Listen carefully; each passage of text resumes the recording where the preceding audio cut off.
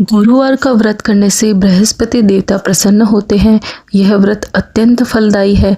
अग्नि पुराण के अनुसार अनुराधा नक्षत्र युक्त गुरुवार से प्रारंभ करके 7 गुरुवार व्रत करने से बृहस्पति ग्रह की हर पीड़ा से मुक्ति मिलती है। तो आइए इस कथा का श्रवण करते हैं। भारतवर्ष में एक प्रतापी और दानी राजा राज्य करता था। वह नित्य गरीबों और ब्राह्मणों की सहायता करता। यह बात उनकी रानी को अच्छी नहीं लगती थी। वह ना ही गरीबों को दान देती, ना ही भगवान की पूजा करती और राजा को भी दान देने से मना किया करती थी। एक दिन राजा शिकार खेलने वन को गए हुए थे तो रानी महल में अकेली थी। उसी समय बृहस्पति देव साधु वेश में राजा के महल में भिक्षा के लिए गए और भिक्षा मांगी। रानी ने भिक्षा देने से इनकार किया और कहा, हे साधु महाराज, मैं तो दान पुण्य से तंग आ गई हूँ। मेरा पति सारा धन लुटाते रहते हैं।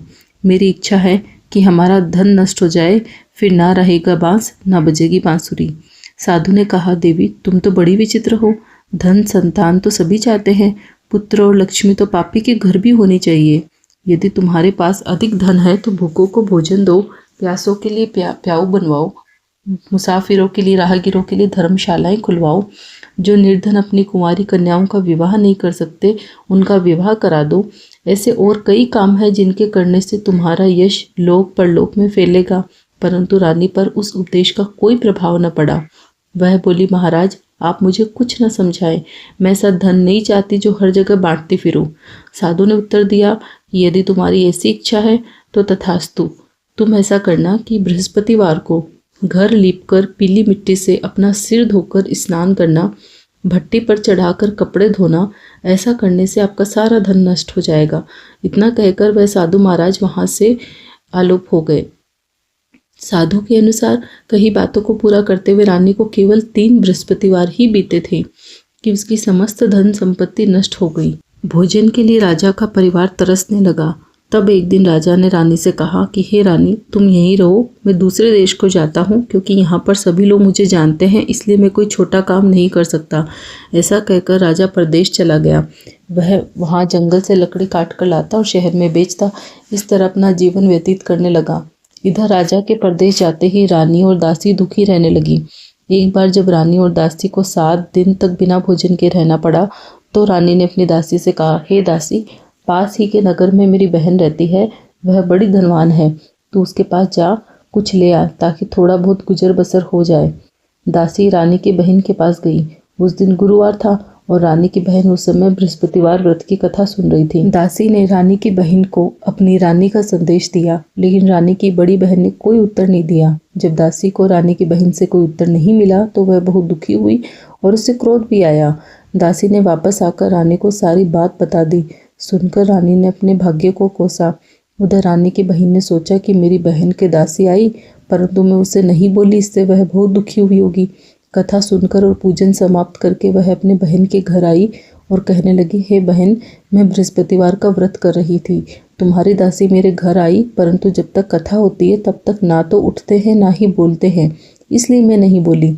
कहो दासी, क्यों गई थी? रानी बोली, बहन, तुमसे क्या छुपाऊं, हमारे घर में खाने तक को अनाज नहीं था। ऐसा कहते कहते रानी की आंखें भर आई। उसने दासी समेत पिछले 7 दिनों से भूखे रहने की बात भी अपनी बहन को विस्तार पूर्वक सुना दी। रानी की बहन बोली, देखो बहन, भगवान बृहस्पति देव सबकी मनोकामना को पूर्ण करते हैं। देखो, शायद तुम्हारे घर में अनाज रखा हो। पहले तो रानी को विश्वास नहीं हुआ, पर बहन के आग्रह करने पर उसने अपनी दासी को अंदर भेजा तो उसे सचमुच अनाज से भरा एक घड़ा मिल गया। यह देखकर दासी को बड़ी हैरानी हुई। दासी रानी से कहने लगी, हे रानी, जब हमको भोजन नहीं मिलता तो हम व्रत ही तो करते हैं, इसलिए क्यों न इनसे व्रत और कथा की विधि पूछ ली जाए ताकि हम भी व्रत कर सके। तब रानी ने अपनी बहन से बृहस्पतिवार व्रत के बारे में पूछा। उसकी बहन ने बताया, बृहस्पतिवार के व्रत में चने की दाल और मुनक्का से विष्णु भगवान का केले की जड़ में पूजन करें तथा दीपक जलाएं, व्रत कथा सुने और पीला भोजन ही करें। इससे बृहस्पति देव प्रसन्न होते हैं। व्रत और पूजन विधि बताकर रानी की बहन अपने घर को लौट गई। 7 दिन के बाद जब गुरुवार आया तो रानी और दासी ने व्रत रखा। गुड़साल में जाकर चना और गुड़ लेकर आई, फिर उससे केले की जड़ तथा विष्णु भगवान का पूजन किया। अब पीला भोजन कहाँ से आए, इस बात को लेकर दोनों बहुत दुखी थे। क्योंकि उन्होंने व्रत रखा था, इसलिए बृहस्पति देव उनसे प्रसन्न थे। इसलिए वे एक साधारण व्यक्ति का रूप धारण कर 2 थालों में सुंदर पीला भोजन दासी को दे गए। भोजन पाकर दासी प्रसन्न हुई और फिर रानी के साथ मिलकर भोजन ग्रहण किया। उसके बाद वे सभी गुरुवार को व्रत और पूजन करने लगी। बृहस्पति भगवान की कृपा से उनके पास फिर से धन संपत्ति आ गई, परंतु रानी फिर से पहले की तरह आलस्य करने लगी। तब दासी बोली, देखो रानी, तुम पहले भी इस प्रकार का आलस्य करती थी। तुम्हें धन रखने में कष्ट होता था, इस कारण सभी धन नष्ट हो गया, और जब भगवान बृहस्पति की कृपा से धन वापस मिला है, तुम्हें फिर से आलस्य होता है। रानी को समझाते हुए दासी कहती है कि बड़ी मुसीबतों के बाद हमने यह धन पाया है, इसलिए हमें दान पुण्य करना चाहिए, भूखे मनुष्यों को भोजन कराना चाहिए, धन को शुभ कार्यों में खर्च करना चाहिए, जिससे तुम्हारे कुल का यश बढ़ेगा, और धन को शुभ कार्यों में खर्च करना चाहिए, स्वर्ग की प्राप्ति होगी, पितृ प्रसन्न होंगे। दासी की बात मानकर रानी अपना धन शुभ कार्यों में खर्च करने लगी, जिससे पूरे नगर में उसका यश फैलने लगा। एक दिन राजा दुखी होकर जंगल में एक पेड़ के नीचे आसन जमाकर बैठ गया। वह अपनी दशा को याद करके व्याकुल होने लगा। बृहस्पतिवार का ही दिन था। एकाएक उसने देखा कि निर्जन वन में एक साधु प्रकट हुए। वह साधु वेश में स्वयं बृहस्पति देव थे। लकड़हारे के सामने आकर बोले, हे लकड़हारे, इस सुनसान जंगल में तू चिंता मग्न क्यों बैठा है? लकड़हारे ने दोनों हाथ जोड़कर प्रणाम किया और उत्तर दिया, महात्मा जी, आप सब कुछ जानते हैं, मैं क्या कहूँ। यह कहकर रोने लगा और साधु को अपनी आत्मकथा कह सुनाई। महात्मा जी ने कहा, तुम्हारी पत्नी ने बृहस्पति के दिन बृहस्पति भगवान का निरादन किया है, जिसके कारण रुष्ट होकर उन्होंने तुम्हारी यह दशा कर दी। अब तुम चिंता को दूर करके मेरे कहने पर चलो तो तुम्हारे सब कष्ट दूर हो जाएंगे और भगवान पहले से भी अधिक संपत्ति देंगे। तुम बृहस्पतिवार के दिन कथा किया करो, 2 पैसे के चने मुनक्का लाकर उसका प्रसाद बनाओ, शुद्ध जल से लोटे में भरकर शक्कर मिलाकर अमृत तैयार करो। कथा के पश्चात अपने सारे परिवार और सुनने वाले प्रेमियों में अमृत व प्रसाद बांटकर आप भी ग्रहण करो। ऐसा करने से भगवान तुम्हारी सब मनोकामनाएं पूरी करेंगे।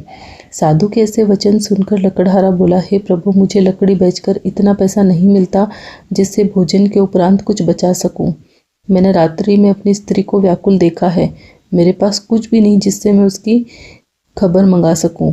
साधु ने कहा, हे लकड़हारे, तुम किसी बात की चिंता मत करो। बृहस्पतिवार के दिन तुम रोजाना की तरह लकड़ियां लेकर शहर जाओ। तुमको रोजाना से दुगना धन प्राप्त होगा, जिससे तुम भली भांति भोजन कर लोगे तथा बृहस्पति देव की पूजा का सामान भी आ जाएगा। इतना कहकर साधु अंतर्ध्यान हो गए। धीरे धीरे समय व्यतीत होने पर फिर वही बृहस्पतिवार का दिन आया।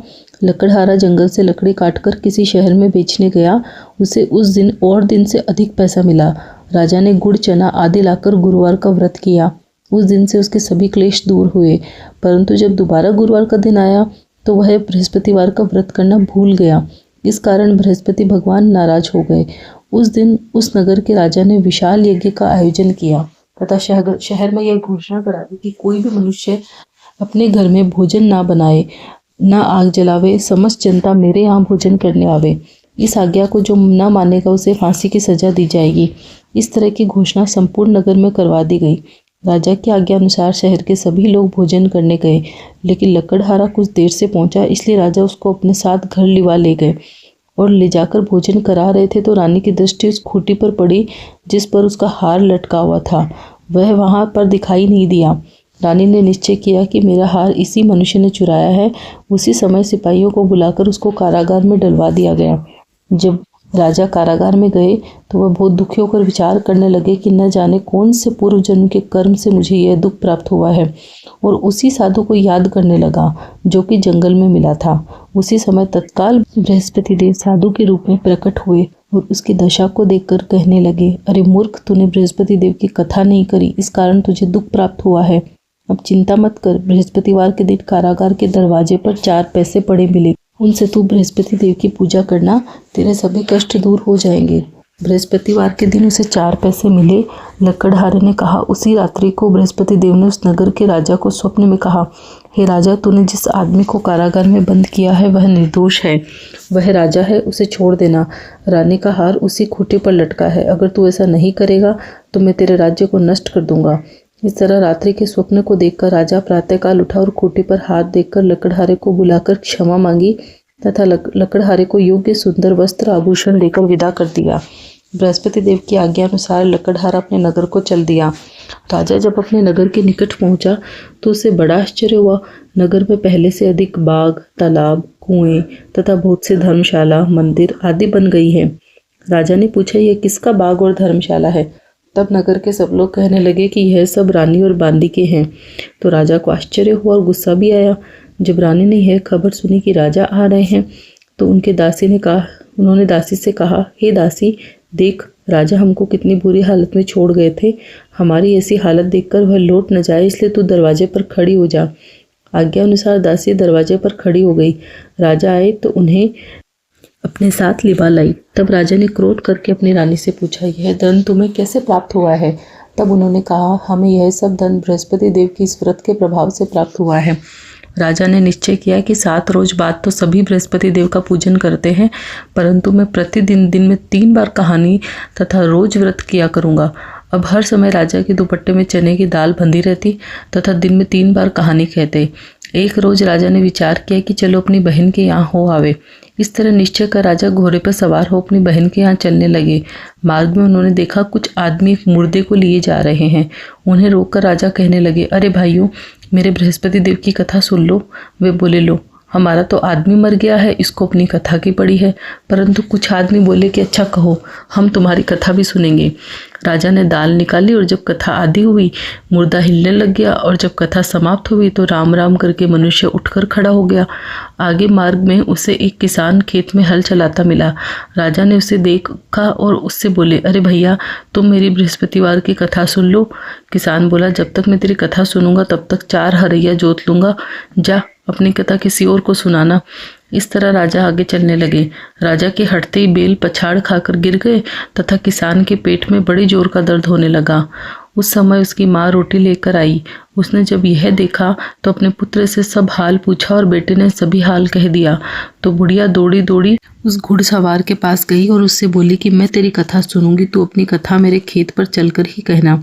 राजा ने बुढ़िया के खेत पर जाकर कथा कही, जिसके सुनते ही वह बैल उठ खड़े हुए तथा किसान के पेट का दर्द भी बंद हो गया। राजा अपने बहन के घर पहुंचे। बहन ने भाई की खूब मेहमानी की। दूसरे रोज प्रातःकाल राजा उठे। वह देखने लगे कि सब लोग भोजन कर रहे हैं। राजा ने अपनी बहन से कहा, ऐसा कोई मनुष्य है जिसने भोजन नहीं किया हो? वह मेरी बृहस्पतिवार की कथा सुन ले। बहन बोली, हे भैया, यह देश ऐसा ही है। पहले यहाँ लोग भोजन करते हैं, बाद में अन्य काम करते हैं। अगर कोई पड़ोस में हो तो देखाऊं। वह ऐसा कहकर देखने चली गई, परंतु उसे कोई ऐसा व्यक्ति नहीं मिला जिसने भोजन ना किया हो। अतः वह एक कुमार के घर गई जिसका लड़का बीमार था। उसे मालूम हुआ उसके यहाँ 3 रोज से किसी ने भोजन नहीं किया है। रानी ने अपने भाई की कथा सुनने के लिए कुम्हार से कहा। वह तैयार हो गया। राजा ने जाकर बृहस्पतिवार की कथा कही, जिसको सुनकर उसका लड़का ठीक हो गया। अब तो राजा की प्रशंसा होने लगी। एक रोज राजा ने अपनी बहन से कहा कि हे बहन, हम अपने घर को जाएंगे, तुम भी तैयार हो जाओ। राजा की बहन ने अपनी सास ने कहा, हाँ चली जा, परंतु अपने लड़कों को मत ले जाना, क्योंकि तेरे भाई की कोई औलाद नहीं है। बहन ने अपने भैया से कहा, हे भैया, मैं तो चलूंगी पर कोई बालक नहीं जाएगा। राजा बोला, जब कोई बालक नहीं चलेगा तब तुम भी क्या करोगी? बड़े दुखी मन से राजा अपने नगर को लौट आए। राजा ने अपनी रानी से कहा, हम निर्वंशी हैं, हमारा मुंह देखने का धर्म नहीं है और कुछ भोजन आदि नहीं किया। रानी बोली, हे प्रभु, बृहस्पति देव ने हमें ये सब कुछ दिया है, वह हमें संतान भी अवश्य देंगे। उसी रात को बृहस्पति देव ने राजा से स्वप्न में कहा, हे राजा, उठ, सभी सोच त्याग दे, तेरी रानी गर्भ से है। राजा को यह बात सुनकर बड़ी खुशी हुई। 9वें महीने में उसके गर्भ से एक सुंदर पुत्र पैदा हुआ। तब राजा बोला, हे रानी, स्त्री बिना भोजन के रह सकती है पर बिना कहे नहीं रह सकती। जब मेरी बहन आवे तुम उससे कुछ कहना मत। रानी ने सुनकर हाँ कर दिया। जब राजा की बहन ने यह शुभ समाचार सुना तो वह बहुत खुश हुई तथा बधाई लेकर अपने भाई के यहाँ आई। तभी रानी ने कहा, घोड़ा चढ़कर तो नहीं आई, गधा चढ़ी आई। राजा की बहन बोली, भाभी, मैं इस प्रकार न कहती तो तुम्हें औलाद कैसे मिलती? बृहस्पति देव ही हैं, जैसी जिसके मन में कामनाएं हैं सभी को पूर्ण करते हैं। जो सद्भावना पूर्वक बृहस्पतिवार का व्रत करता है एवं कथा पढ़ता है अथवा सुनता है, दूसरों को सुनाता है, बृहस्पति देव उसकी सभी मनोकामना पूर्ण करते हैं।